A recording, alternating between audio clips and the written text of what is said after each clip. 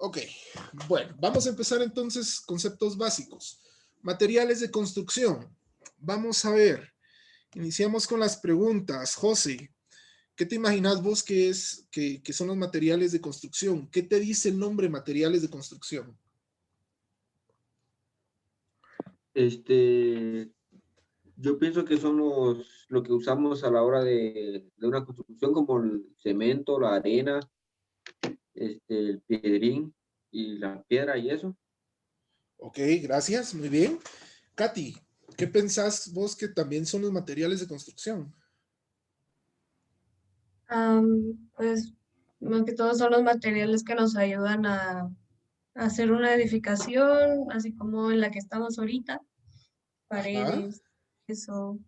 Y como todo tiene un proceso, entonces eh, todo tiene un inicio y todo tiene un final, entonces pues aquí vamos a ver todo lo que complementa cada material. ok, gracias. Pues tienen razón los dos en lo que dijeron. Los materiales de construcción no es nada más aquello que lo que nos ayuda, nos eh, apoya a lograr un proceso constructivo desde su inicio hasta su fin.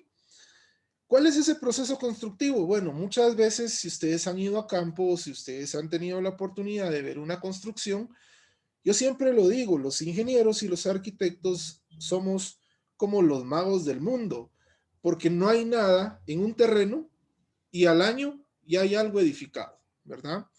Lógicamente, esto requiere varias etapas, lógicamente esto requiere varios aspectos muy importantes que son los que decía Katy, que vamos a ver ahorita de principios a fin. Primero, los materiales de construcción no nos centremos ni nos definamos, ni seamos como aquellos caballos que les ponen un par de cositas aquí alrededor de los ojos, en donde decimos solo es arena, solo es piedrín, solo es cemento, solo es piedra, por ejemplo. No, diversifiquémonos un poquito más. Los materiales de construcción tienen varias clasificaciones.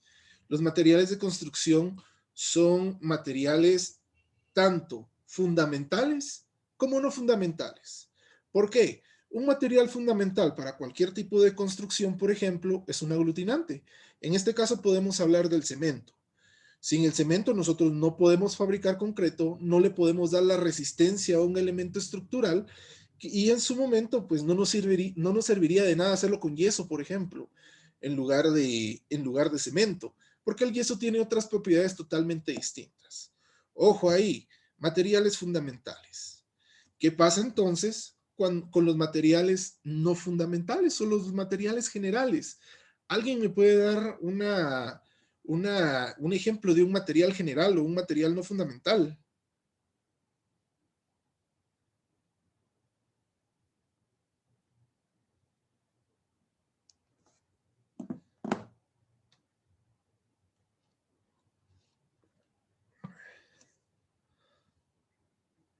Por ejemplo, un material no fundamental son los clavos, por ejemplo.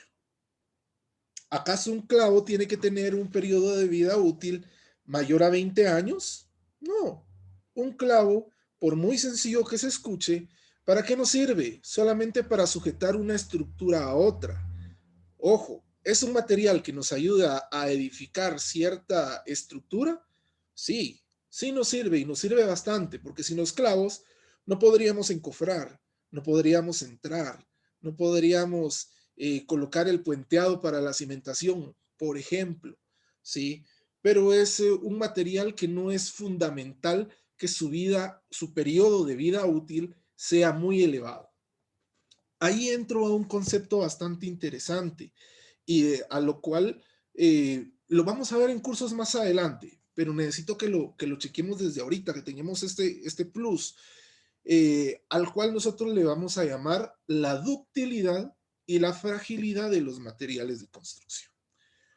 Un material es dúctil cuando en la curva esfuerzo de formación unitaria, un material logra tener cierta deformación, pero vuelve a su estado inicial. Por ejemplo, el plástico. El plástico tiene dentro de su curva de esfuerzo de formación unitaria, tiene un límite plástico en donde decimos que en este límite lo podemos estirar y vuelve a su estado normal. Un material dúctil. Recuérdense de eso. Y ahora, ¿cuál es el material frágil? El material frágil es la cerámica, por ejemplo. Es un piso, un cuadrado de un piso cerámico.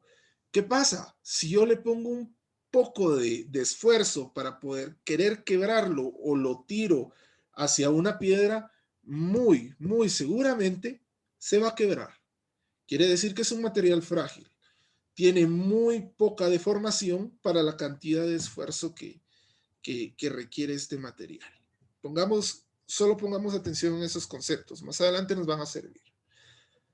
Ok, veamos entonces los materiales de construcción. Los materiales de construcción básicos. Los materiales de construcción que en su momento vamos a estar viendo en estos conceptos generales. Son como lo dice en su concepto, los materiales que son empleados para la construcción de elementos estructurales. Ojo, aquí tenemos otro concepto bastante interesante. Los elementos estructurales y los elementos no estructurales. Muchos autores llaman a estos materiales de construcción con otro nombre. Los llaman como obras básicas y obras ordinarias y obras importantes. Las obras importantes son aquellas obras a las cuales nosotros deberíamos de chequear y que tienen un periodo de vida útil bastante elevado. En ingeniería, por ejemplo, a nosotros nos dicen, para que un sistema de agua potable funcione, debería de tener un periodo de vida útil por lo menos de 25 años. Ojo, estamos hablando de tuberías, estamos hablando de aguas, de drenajes. Para una vivienda, por ejemplo, no podemos diseñar para 25 años nada más. Tenemos que sobrediseñar para que por lo menos una estructura tenga un periodo medio de vida útil de 75 años.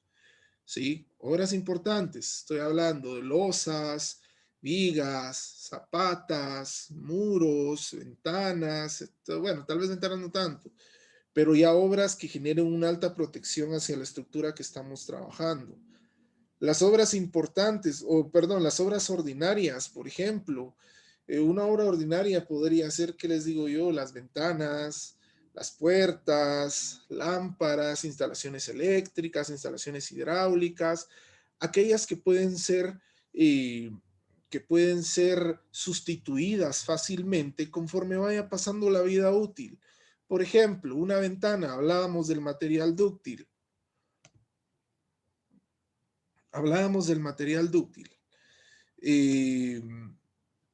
Una puerta de madera es un material muy dúctil. Sí, porque yo me voy a estampar, a poder chocar en contra de una puerta y a menos de que tenga yo mucha fuerza, la puedo lograr doblar o la puedo lograr quebrar.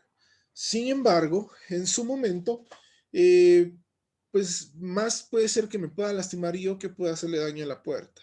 Estamos hablando de que una puerta muy posiblemente, si se le da el tratamiento adecuado, si es de madera, puede durar, ¿qué les digo? 25, 30, 40 años. Sin embargo, una ventana no. Una ventana le meto un pelotazo, le meto un puñetazo, le meto un palazo, yo qué sé, pues podríamos decir que en su momento son desechables y que los puedo sustituir fácilmente. A estas obras que pueden ser sustituidas fácilmente, como los focos, como los clavos, como los tornillos, como las lámparas, como las ventanas, son materiales básicos o no ordinarios, ¿sí? Tomémoslo siempre en cuenta. Los materiales básicos y no ordinarios sí tienen su clasificación, sí están normados. Claro, todo material de construcción está normado, pero tampoco significa que esta clasificación sea muy detallada como las obras ordinarias. En Guatemala, por ejemplo, nosotros tenemos a la COGUANOR, que es el Comité Guatemalteco de Normas.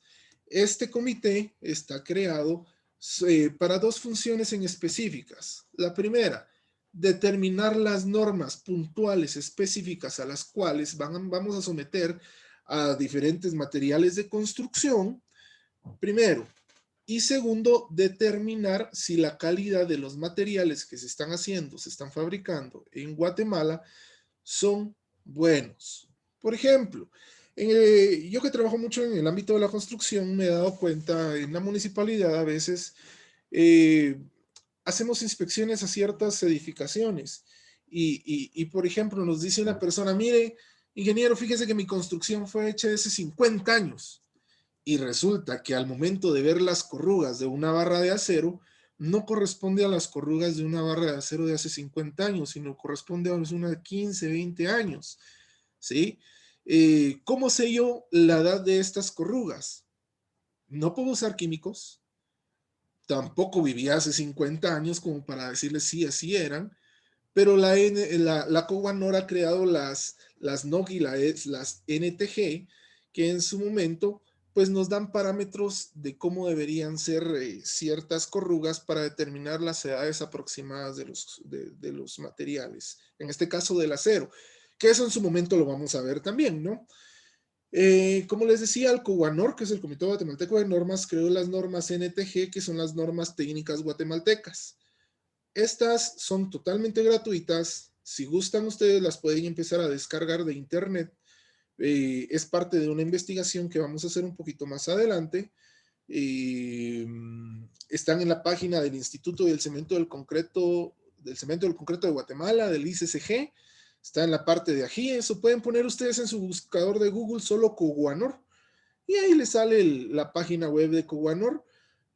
Tenemos una infinidad de normas, no solo de materiales, sino de estándares de otros procesos industriales que en su momento vamos a ver.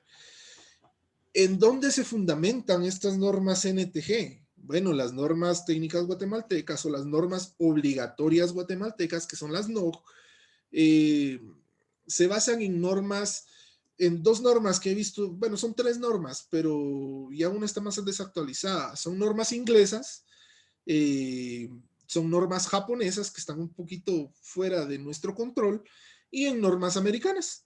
Por ejemplo, la ASTM es la Asociación Americana, si no estoy mal, de prueba de materiales, American Society for Testing of Materials, algo así, no me acuerdo bien, pero es igual, es como un Coguanor estadounidense, en donde nos dicen, mire, ustedes tienen estas normas para estos materiales, chequéenlos. Si no les chequean, sus materiales están mal. ASTM es utilizada ampliamente en la mayoría de países, en un 85%, para poder estar testeando los materiales. En el año 2018-2019, Chile quiso sacar su propia versión de las ASTM. Es muy funcional, las van a encontrar, pero algo que sí es muy importante es que en su momento nos vamos a basar más a las normas ASTM que alguna otra. Las normas ASTM no todas están en español, algunas están en inglés, y entonces es importante también que empecemos a practicar un poquito el inglés para que en su momento pues no nos cueste mucho el poder entenderle estas normas. Lógicamente, estas normas no son muy complejas, solo nos dan ciertos parámetros de evaluación para que nosotros en su momento podamos chequear cómo y qué es lo que estamos viendo, ¿verdad? Las normas ASTM están en internet, en todos lados. Si ustedes las buscan en la página oficial de ASTM, se las van a cobrar. O sea, cada norma, les digo yo, un juego de 20, 30 hojas cuesta $10 y vamos a utilizar nosotros alrededor de unas 10, 20 normas, entonces yo consideraría no factible comprarlas. Búsquenlas, están gratis en PDF en internet. Entonces creo que no habría mayor problema. Y si en algún momento no encontramos las ASTM, podemos utilizar las NTG también. Dentro de los materiales que vamos a empezar a ver como parte introductoria de este curso, vamos a empezar a hablar un poquito del cemento, los tipos de cemento, su fabricación, el acero de refuerzo, ojo, acero simple. No nos vamos a meter mucho a los grandes perfiles de acero, porque para eso tenemos una clase en específico con el ingeniero Luis Velázquez, que fue gerente de operaciones de aceros arquitectónicos y que ahorita tiene una empresa muy, muy fuerte de acero. Vamos a dejar de llamar arena y piedrín a lo que usualmente conocemos y que hemos visto y que hemos escuchado a lo largo de toda nuestra vida.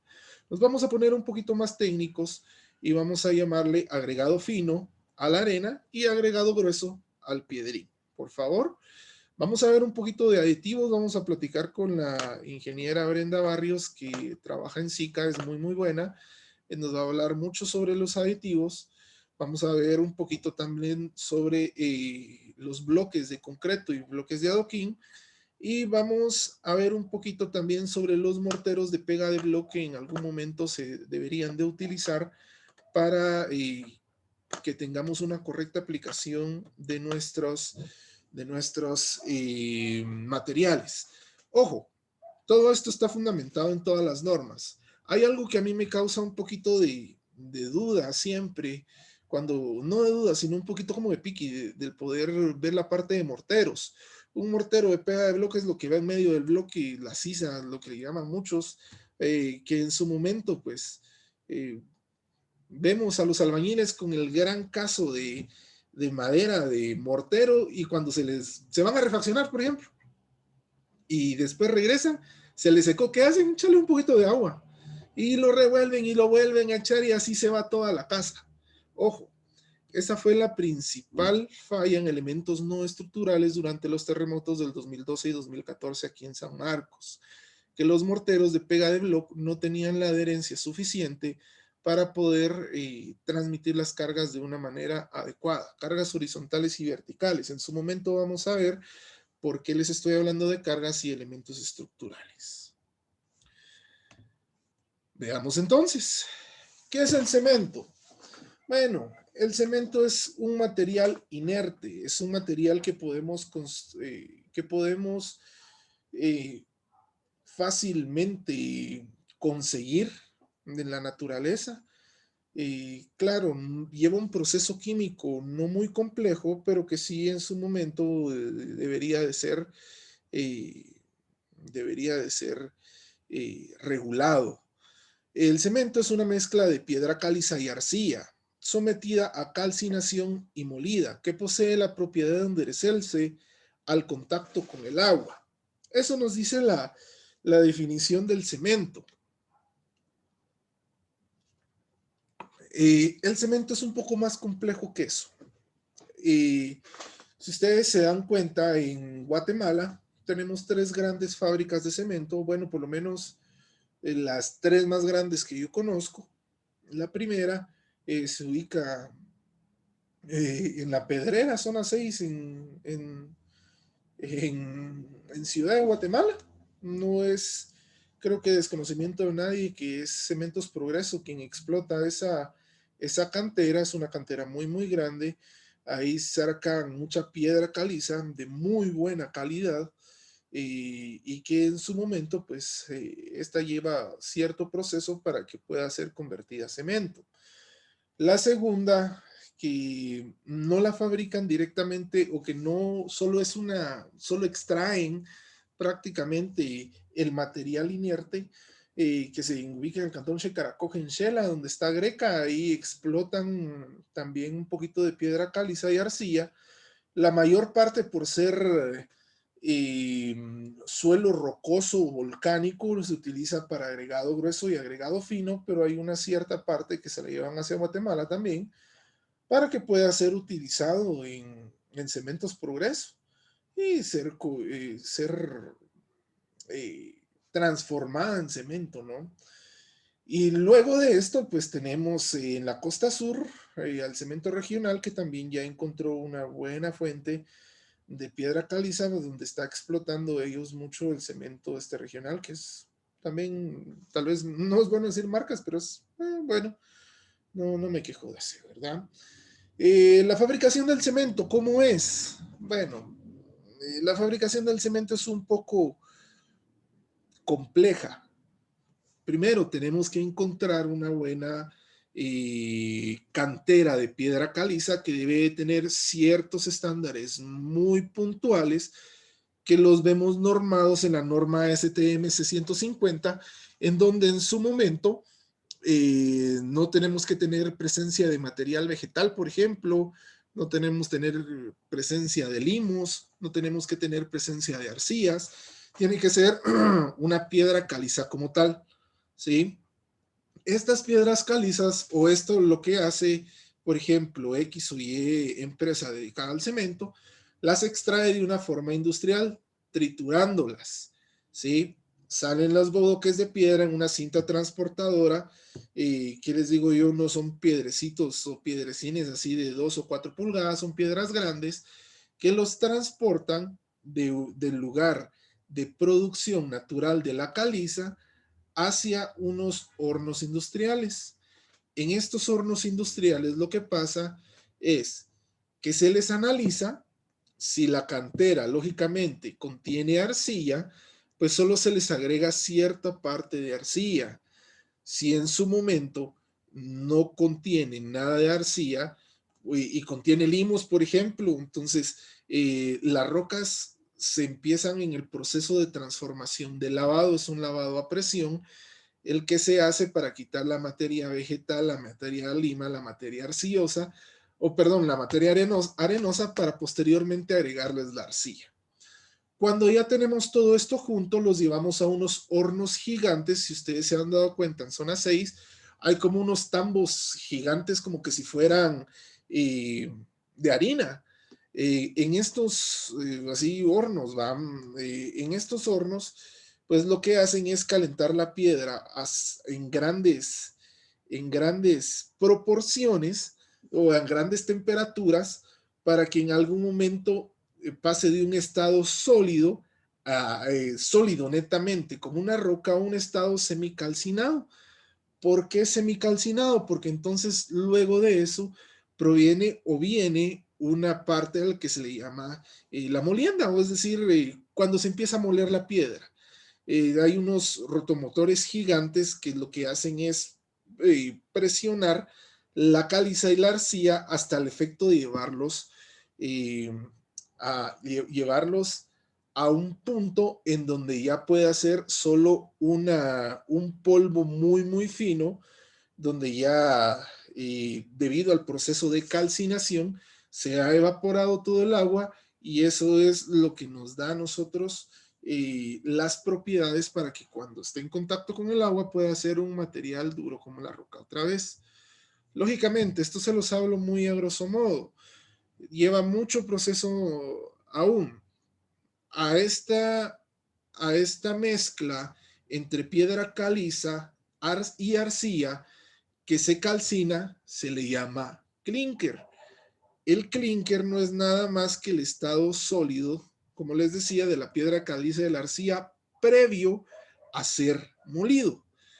El clinker es el cemento como tal, es el cemento más puro que ustedes pueden conseguir. Lógicamente, ustedes van a la ferretería X, Y o Z y les van a decir, bueno, este cemento tenemos UGC, estructural, alta resistencia inicial, de sulfatos, X, Y, Z y un montón de cementos que ya tiene una clasificación como tal, ¿no? En su momento, cuando el clinker está al punto de que es el cemento puro, pues se le van agregando, por ejemplo, fósforo para poder hacer una alta resistencia inicial, se le va agregando potasio o se le va agregando más arcilla, dependiendo de las características de los cementos que estamos tratando de chequear. ¿Cómo sé yo cuánto lleva cada cemento? Pues lógicamente nos lo da la norma ASTM C150. Primera norma que les va a quedar para investigar, ASTM C150. La próxima clase voy a hablar un poquito más de esa norma. Léanla, por favor. Según esta norma, pues según Cobanor, ya tenemos siete clasificaciones de cemento. Pero la norma oficial, que es la ASTM, nos da solamente 5, ¿sí? Se dividen los cementos en 5 tipos, los más utilizados y los que ustedes van a conseguir en el mercado muy fácilmente en cualquier, eh, en cualquier ferretería. Ah, pero antes de hablar de eso, hay algo muy importante que ustedes tienen que saber. Al momento, yo creo que se los había dicho, pero al momento de la calcinación, evaporamos cualquier parte de agua dentro del clinker, lo que provoca este efecto de endurecerse al estar en contacto con el agua también. Primero. Segundo, el cemento tiene un periodo de vida útil. Por ejemplo, yo me recordaba a mi abuelo cuando yo era pequeño, él guardaba siempre una bolsita de cemento en la casa. Por acá las reparaciones varias. Lógicamente no lo iba a utilizar para fundir una losa, una columna, una viga, sino para componer el patio, una pared, etcétera. Para eso sí lo podemos utilizar. Eh, el cemento no puede estivarse en más de 5 sacos. Lo recomendable son 5.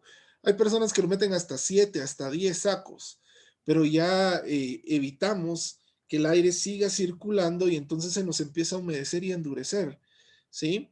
Eh, el cemento tiene su periodo de vida útil.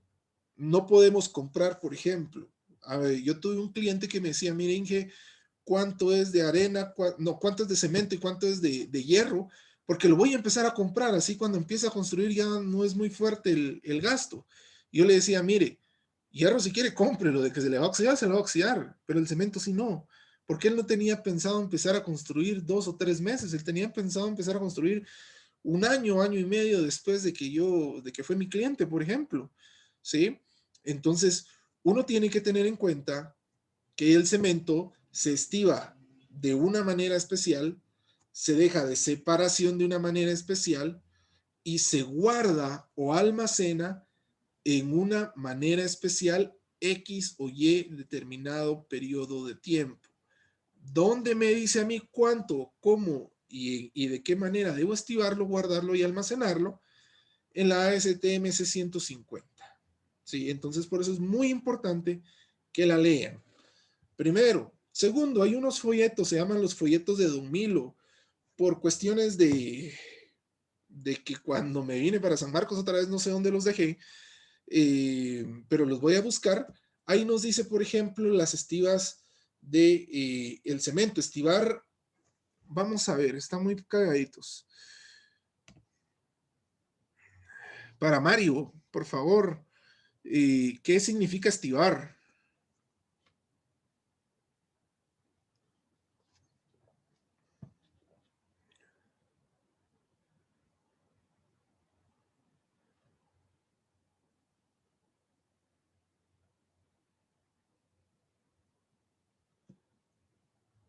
Creo que Mario, ¿estás en clase todavía?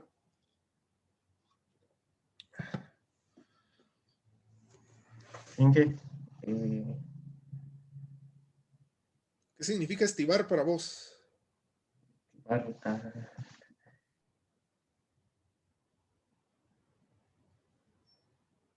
Vamos a ver, Diego, ¿me puedes decir para vos qué significa estivar?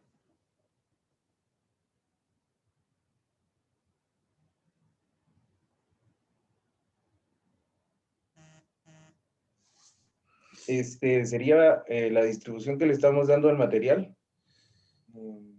Y en este caso estamos hablando del cemento, ¿verdad? De la distribución dependiendo de cómo lo vamos a guardar, ¿verdad? Sí, sí, teóricamente sí, va, pero eh, estivar significa amontonar, es decir, colocar uno sobre otro, como que si fuera Lego, así, simple y sencillo, ¿sí? Lógicamente la estivación del cemento se parece mucho a la estivación de la harina. Ustedes han ido a cualquier depósito y se han dado cuenta que vienen los sacos uno sobre otro, ¿verdad? Lo mismo pasa con el cemento. El cemento, las estivas no pueden ser mayores a 5. Yo nunca, por ejemplo, lo manejo mayor a 5. Siempre lo manejo entre 5 y 7, así a lo sumo cuando no tengo mucho espacio. Los manejo de manera cuadrada. Abajo tengo que dejar por lo menos 5 centímetros o 2 pulgadas separado del suelo. Cuando me voy de la bodega veo que esté cubierto de nylon para que no les caiga agua, que estén separados de las paredes, y entre estriba y estiva deberíamos por lo menos tener 1.5 metros de distancia de un punto a otro. Por lo menos cuando no tenemos espacio. Cuando tenemos espacio, la norma nos dice que son 2.5 metros, ¿sí? Lógicamente, en los sacos de cemento, entre más los tengamos amontonados o estivados, más humedad les va a entrar y más problemas nos van a causar, van a bajar de resistencia, se nos van a formar los bodoques, que usualmente se le llaman, cuando querramos utilizar el cemento, pues ya no va a servir, ¿verdad? Les queda de tarea que averigüen cuánto tiempo se puede almacenar el cemento sin que haya problemas de endurecimiento prematuro para la próxima clase. Veamos entonces la norma STM C150. El cemento puede clasificarse en 5 grupos. Cemento tipo 1, el uso general en la construcción. Yo le puse ahí UGC porque es lo que usualmente nosotros conocemos. No es que el cemento se llame UGC.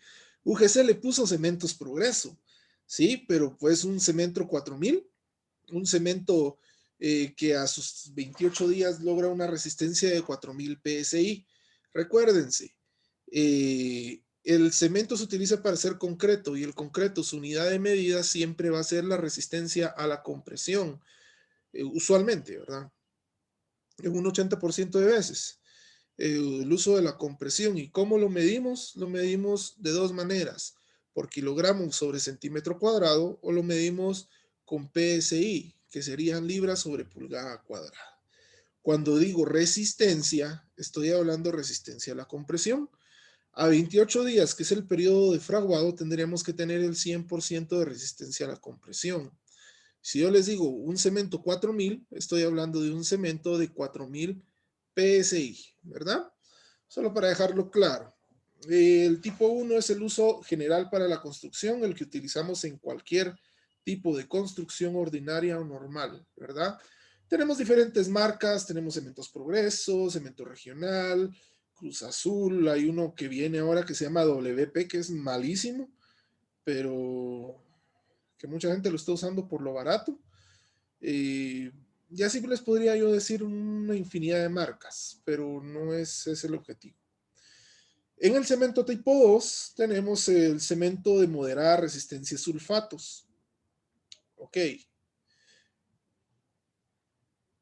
Este cemento lo utilizamos mucho cuando estamos construyendo, por ejemplo, en zonas costeras, zonas adyacentes, algún sulfato que pueda dañar el acero, ¿sí?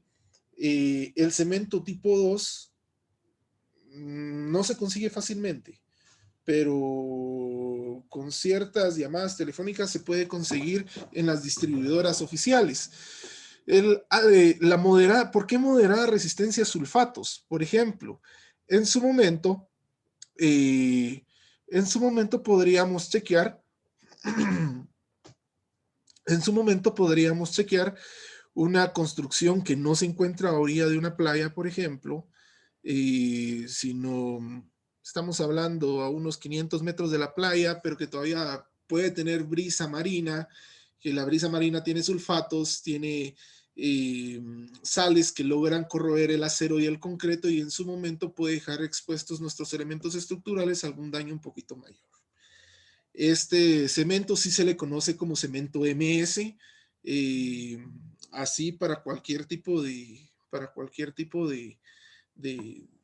marca, cualquier tipo de casa que lo venda, ¿verdad? Podríamos encontrarlo como un cemento MS.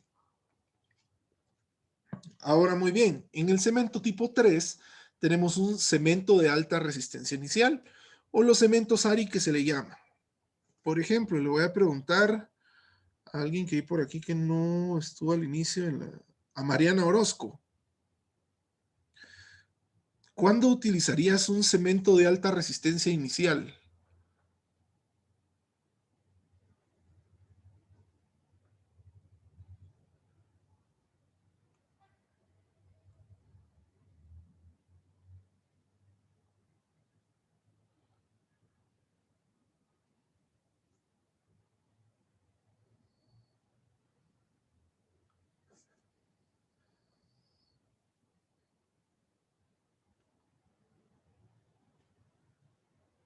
¿Estará por ahí, Mariana?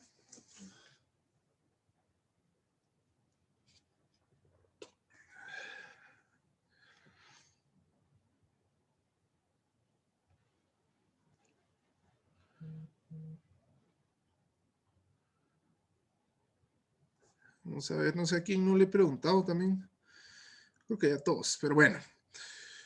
Un cemento de alta resistencia inicial es como yo les explicaba hace un momento.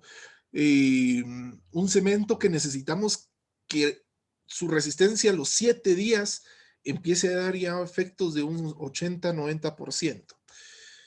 Los concretos se miden conforme a su periodo de fraguado, ¿sí? Usualmente lo que hacemos las personas que nos dedicamos a esto es que medimos las resistencias a los 7, 14 y 28 días. A los 28 días tendríamos que tener ya el 100% de resistencia de un concreto bien diseñado, por supuesto, ¿verdad? A los 14 días tendríamos que tener por lo menos del 60 al 75%. Lo ideal es llegar al 75%. Y a los 7 días tendríamos que tener una resistencia de por lo menos un 40 a un 60%. Insisto, lo ideal es llegar a un 60%. Sin embargo, hay veces en donde necesitamos, de acuerdo a las especificaciones de nuestros elementos estructurales, tener a los 7 días una resistencia inicial alta. ¿En dónde puedo tener, no necesitaría yo tener una alta resistencia o una resistencia alta inicial? Se da mucho, por ejemplo, para cuando uno está construyendo carreteras. Muchas veces no podemos esperar los 28 días de fraguado porque ya tenemos encima el tiempo del contrato en donde nos dicen que en su momento pues el fraguado no debe ser mayor de 7 días. Bueno, entonces podemos utilizar un cemento tipo 3 con un par de aditivos para que a los 3 días nosotros ya tengamos un 80% de resistencia. Hablando en carreteras, si hablamos en una construcción normal, por ejemplo, una alta resistencia inicial la podríamos utilizar en elementos de puentes, la podríamos utilizar en una losa, por ejemplo, en donde ya es urgente que sigamos trabajando hacia arriba. La alta resistencia inicial lo que nos da es ese factor de seguridad al cual nosotros vamos a, a guiarnos, si lo queremos ver así, para que en su momento esto pueda funcionar de una manera bastante bien. ¿Cómo mido la alta resistencia inicial? Si es para un pavimento, por ejemplo, puedo hacer probetas de concreto o puedo hacer vigas de concreto para poder ensayarlas en el laboratorio con pruebas a compresión y pruebas a flexión y así verificar que realmente la resistencia inicial es alta, ¿verdad? Cuando estamos hablando de un elemento estructural cualquiera, siempre le hacemos pruebas al concreto, ¿sí? Volumetría, slump y sobre todo pues la resistencia, ¿no? El cemento tipo 3 muchas veces a muchas personas no les gusta utilizarlo porque consume más agua, dicen, ¿sí? Yo difiero mucho de eso, yo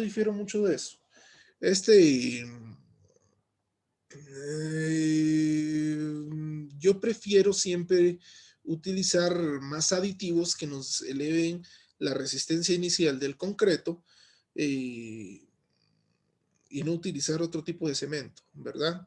Este cemento ARI es el que nosotros, o bueno, en el que Cementos Progreso siempre lo determina como un cemento estructural de 5800, ¿sí?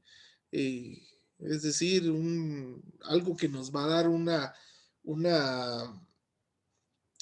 esfuerzo a compresión más alto, ¿verdad? Sin embargo, pues lógicamente hay que ver el costo-beneficio de esto.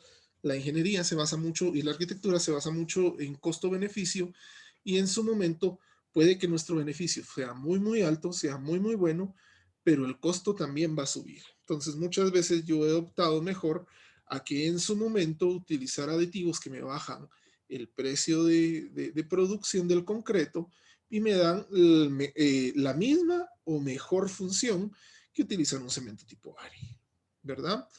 Vámonos rápido porque ya se nos está acabando el tiempo al cemento tipo 4, un cemento de bajo calor de hidratación, un cemento LH.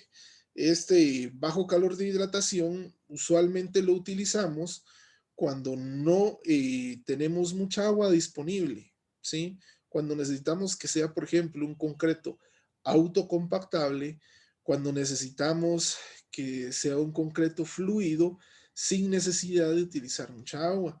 A mí me pasó hace unos años, estaba en la Nueva Santa Catarina en Ixtahuacán, estábamos fundiendo unos tanques, nos tocaba fundir unos tanques Sincof para unas plantas de tratamiento y tuvimos el problema con la municipalidad de que en ese tiempo estaban ejecutando proyectos hasta por molestar y nos dejaron a nosotros sin agua. Estábamos a 45, no menos, 40 minutos, 30 de Shela y era muy fácil mandar a traer bombas o pipas, mejor dicho, con agua. Sin embargo, al momento de querer mover recursos para poder traer las pipas, se nos hizo un poco complejo. Entonces se nos hizo más fácil pedir el concreto con un cemento tipo 4, con un LH, para que en su momento no necesitáramos mucha más agua para su curado y para su fraguado, ¿verdad? Y para su producción también. Esto lo utilizamos muchas veces también cuando estamos en zonas costeras, les digo yo, Escuintla, Suchitepeque, Retauleu, estamos fundiendo un pavimento a las 12 del mediodía, el agua se nos va a evaporar, pero de una manera horrible. Entonces es mejor utilizar este tipo de cementos para que en algún momento pues no podamos tener problemas. Y el cemento tipo 5, que es un cemento de alta resistencia a sulfatos para ser utilizados en obras marítimas. HS. Este cemento es uno de los cementos favoritos de las personas que hacen obras a orillas de la playa. ¿Por qué? Porque nos garantiza hasta un 95% de efectividad que los sulfatos no van a penetrar dentro del concreto y dentro del acero, ¿sí? Resiste muy bien la corrosión, muy, muy bien. Y es lo que yo le recomiendo si en algún momento edifican a orilla de una playa. Recordemos, estamos ahorita, ¿qué les digo yo? Julio, ya casi agosto. En su momento, pues no sopla tanto el viento como en noviembre en las playas.